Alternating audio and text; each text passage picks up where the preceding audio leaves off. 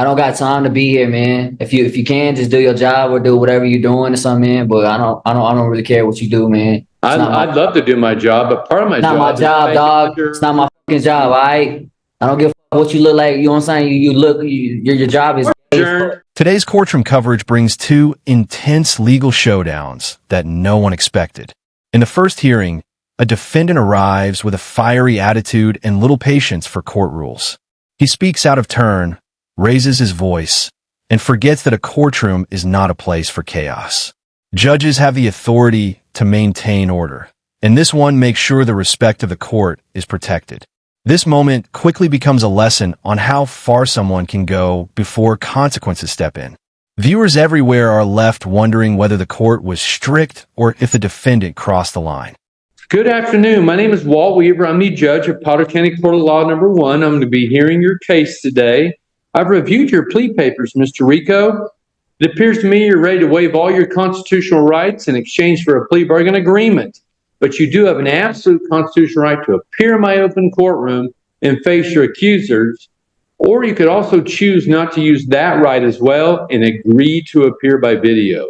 Are you agreeing to appear by video? If I can, man, you can just like figure it out in court and I guess. Are you saying you don't want to do this on video? I'm not trying to be in court hearing and doing stuff on here. I just ain't got Mr. time. Rico, it's real simple. I don't got time to be here, man. If you can, just do your job or do whatever you're doing or something, man. But I don't really care what you do, man. I'd love to do my job, but part of my job. Not my job, dog. It's not my fucking job, all right? I don't give a fuck what you look like. You know what I'm saying? Your job is gay. I'm going to hold you in contempt. Hey, bro, I don't give a fuck what you talking about, man. All right? Don't give a fuck what you talking about, man. Bye.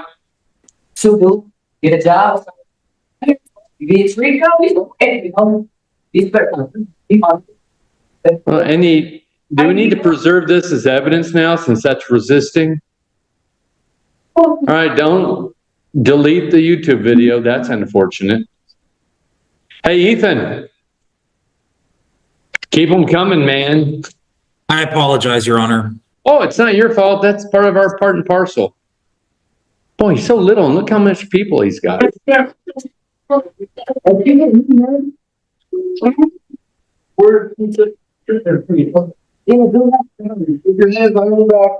you please put him, Miss Morris, on a transport next time so we can get it done? Boy, if that's not... Man, it's too bad Mr. Rico could have gone home today. He decided he'd rather stay. You might have got a new prosecutor today. Well, it's all live. You saw him fight the deputy. Technically, he's under arrest in a jail. The first case ends badly for Mr. Rico, who seemed completely unprepared for the seriousness of his situation. Instead of speaking calmly, he chose words that only made things worse for himself. His behavior left many wondering if he truly understood the weight of being in front of a judge. Courts are not places where people can act however they please, and this hearing proved that clearly. While some defendants tried tricky legal arguments, this one relied on attitude, which did not help at all. As that dramatic moment fades, another heated courtroom scene is about to begin. Mr. Briggs, you're before the court today making first appearance, Raymond, on 2 charges. The first is malicious mischief in the 3rd degree. It's a gross misdemeanor subject to 364 days in jail and a $5,000 fine. Second is harassment, domestic violence. That's also a gross misdemeanor subject to 364 days in jail and a $5,000 fine. Because the charges have domestic violence enhancements, they are something where if you're convicted of them, it would result in your inability to possess firearms. I don't own a firearm. That's what I told Again, I have to let everybody know whether you have guns or not. So I was denied due process. I have paperwork that proves that I owned the car before I was married. So therefore the car is mine. And since we're in separation, no judge has divided property yet. So technically the car is still mine. So I wrote on my own car. That's a fact. Here's the paperwork. I sat down at the bank today. We're having your arraignment. Okay. You're entering a not guilty plea. I was denied due process, sir. Hold on. You said I could speak. No, I didn't. I said you should exercise your right to remain silent. I choose not to, sir. Your attorney, if they were saying there, would not have you making factual statements on the record. That's my discretion, sir. Because I believe there's Fourth Amendment charges. I was denied all kinds of rights, and I will be coming back with a vengeance. I have Are you paperwork. threatening the court? I am sir? not threatening the court anything. I'm not threatening anybody. You just- I have the you right said to you sue. were coming I have back the with right. a I have the right to sue this city, and that's what I just said. So if you want to take that farther than that, that's up to you. I did not say that. I'm You making said it you are clear. coming back with a vengeance. With an attorney. It On the doesn't have anything to do with me. That's not a threat to you. The city. I said I'm suing the city. So you do what you want today. Go ahead and hold me in contempt. Go ahead. I'm suing the city. I will be suing the city. If you will take that as a threat, then that's fine. I will be talking to the city attorney. I've already talked to the city. I'm talking to people. I talked to the police chief already. Yeah, I've seen how you've conducted yourself. so Yeah, far. that's right. Because I'm being wrong. It's my house. She had no business being there, and she hasn't even lived there for 6 months. She hasn't paid a bill for 8 months. She can't just come there. I have rights. You do? Just because she's entitled to So be again, able to we've- be on the again, we've property talked doesn't mean about- she can just come. We've discussed your rights today. We're not going to litigate your case today. Do I okay. have the option to This is- speak with the city attorney as This is a well? criminal court. Do I have the option to speak with the city Not once attorney? you say you're going to be hiring an attorney. Do I have the option to speak with the city attorney? I'm not hiring an Not attorney. today. I want to speak with the city attorney. Not today. Okay, when would I be able to do that? That's me, sir, and I will give you my card. Okay, But we do have some release conditions we will be requesting. Okay. Go ahead, Ms. Carmen. Yes, Your Honor. We are requesting a formal no contact order with victim notification. that should have been me filing. Hold. She's Please, sir. harassed me. Please, sir, Now the focus shifts to a second defendant, whose story already sounds hard to believe. Some viewers may wonder if he is being honest or simply trying to escape responsibility. He speaks with confidence, but sometimes confidence without proof leads nowhere in court. The judge listens carefully, clearly aware that something is not adding up. As the hearing continues, the defendant moves closer to revealing something serious. Everyone watching can feel that a shocking moment is right around the corner. All right, go ahead. the facts of this case are highly concerning with regard to the threats that were made. These folks are in the midst of a dissolution. Statistically, through peer-reviewed literature, that is one of the highest risk times for partners who are splitting for domestic Well, what about the violence. time I got punched in the chest 5 times? Nobody did anything about that, and I reported it to the officer. Upon arrest, I told him 2.5 months ago, I've been punched in the chest. I will take a lie detector test for that and pay for it. And I received nothing. The city attorney's making her release recommendation. You need to let her finish. I was denied due process. You guys didn't take my complaint. So you didn't even take my complaint. And then you don't want me to call it racism. You didn't even take my complaint. The only thing we are doing today, sir, is you have entered a not Well, there guilty should be plea. equal treatment under the law, and I have not We're not received it. litigating your case today. I've already told you that. You've seen every other person come up here. I've entered not guilty pleas. I've set Well, I release want to put this in the record is, can I give this to the attorney so she can follow up on this? This is my proof that the car is mine. I don't go to her. I am at my house. She came to me. I never go to her. So why is the order against me when I don't even deal with her? Please let the city attorney finish her recommendation. So we're walking on a very fine line right here with your conduct in court today. Okay, I'll stop. Sorry. Thank you. I don't even go to Oregon, sir. I will She lives in add, Oregon. I will add, because Mr. Briggs has brought it up, we are not seeking to remove him from the home that he is residing in. How you gonna, she don't even live there. Are you kidding me? She doesn't live there. I paid the mortgage there for the last for 4 years I paid the mortgage. And I can prove that. Mr. Briggs. You're gonna remove me from my home? What are you talking I'm about? saying she is not. Why are you even saying that? Because She don't live there. Her address is in Oregon. Why are you even saying that? With every sentence, it becomes more obvious that this defendant really needs legal guidance. He talks without understanding how his words could affect the outcome of his case. The judge appears patient, but also clearly aware that the situation is growing complicated. Without professional support, the defendant seems lost in his own explanations. Some may think he is confused, while others believe he is trying to gain sympathy.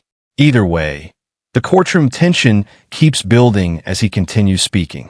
I will add, because Mr. Briggs has brought it up, we are not seeking to remove him from the home that he is residing in. How you gonna, she don't even live there. Are you kidding me? Your Honor, the reason that I'm bringing this up is that the victim has requested a civil standby so that she can go get her personal belongings from the home. Property has not been divided by the court. She has her personal items and her personal belongings. And then the court has to divide the property. That's what I've been waiting for. I've encouraged her to file the divorce papers, sir. I will be finished here shortly, Your Honor. The proposed NCO that we have drafted after contacting Battleground to make sure this is something that they could do. That's against the law. No way. Is that she can call for a civil standby where they would go to Mr. Briggs' home. She has the same 15 to 20. She can't come there and just take whatever she wants out of the home. It hasn't been divided by the divorce court. I believe she's demonically possessed by the Jezebel spirit. So I don't want her around me. There's a visceral reaction that I haven't felt around a person in many years. If I'm from here to her, I want to throw up. I literally cannot be around her. And I've required that she not come to the house. She came to the house because I refused to get the HELOC with her to help her pay off her bills. So she came to the house the next day, and then that's when everything started. I was sitting there with my brother-in-law, drinking beer by myself like I always do. I didn't go to her. She came to my house. And she has forfeited, I haven't proved it, but she's forfeited her right to the property. She hasn't paid a single bill there in 8 months. And when she left, the moment that she took her and got a new bank account at Columbia Credit Union, that's the day of separation. That was over 8 months ago. She cannot just come to that property. I have jurisdiction for a victim to be able to retrieve property. What would I be when keeping no from her, contact- sir? She has all of her clothing. There's a table and a side table in the bedroom. That's all that's there. And whatever's in the garage. I haven't kept her from anything. I'm trying not to kill her. Then it happens. The defendant says something that changes everything. One careless statement suddenly puts his entire defense at risk. The judge's expression shifts, signaling that this moment cannot be ignored. What was once a simple explanation now turns into a serious legal problem. Instead of helping himself, he has only added more trouble to his case. Viewers can feel the weight of that single mistake echo through the courtroom. She's come to me. Okay, so, Your Honor. Okay. That's not, I now hold I on. would actually ask he be held on $10,000 bail. Listen, sir, listen. You can't. I'm not saying it like that. I'm saying that I've tried to keep her away because of violence. I don't Very want, much keeping with statements. that oh were my made God, at do the you scene. understand? Does anybody Yeah, understand? take I him into didn't custody. never touch her. Officers, take him into custody. I never touched her. I didn't want to harm her. That's what I've been doing the whole time. Man, I'm getting crunk down here and it's gonna be on. This is prejudice and Okay, I'd like- racist as hell. I'd like no bail. You're racist.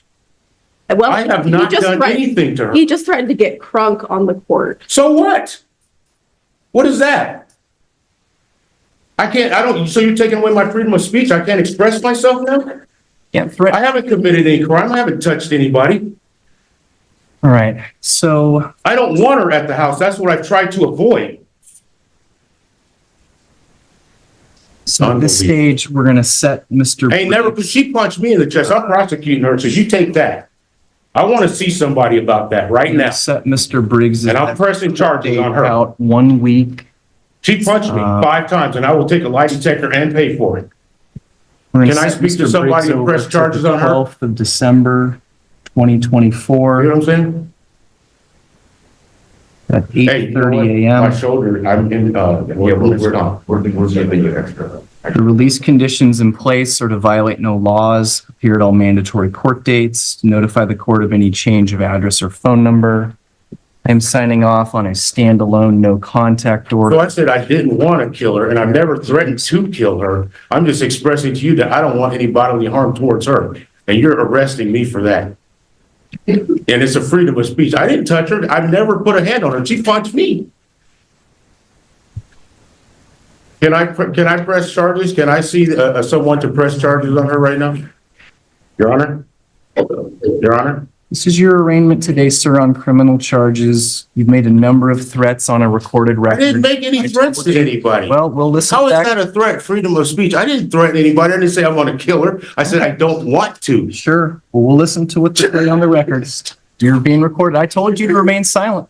Well, hey, I knew you was going to do this. I knew you was going to wait till I slipped and then you was going to throw me in jail. And that's fine because I'm coming with Trump. That's not a threat. That's my personal lawyer that I'm going to get to fight you guys When with. people threaten killing someone on the record, sir, I take I that didn't threaten to extremely kill her. seriously. That was not a threat to kill her. I didn't say I'm going to kill her. We're recording. I said I don't want to. And That's that wasn't fine. even, that was just a figure of speech. It's recorded. I don't care if it's recorded. We're on intensive pretrial release. At this time, I'm going to impose bail in the amount of $25,000. And then, Your Honor, if it is posted, could we have the victim notification? Victim requirement? notification will be put in place. Thank you. This is a railroad, man. I'm telling you. That final moment leaves everyone stunned by how quickly things fell apart. The defendant's own words became the strongest evidence against him. In court, speaking without thinking can have lasting consequences. This case reminds us why having proper legal advice is so important. If you were in this situation, staying quiet and letting a professional speak would be the smarter choice. Thank you for watching this courtroom breakdown. If you enjoy these legal stories, be sure to like, share, and follow for more powerful courtroom moments.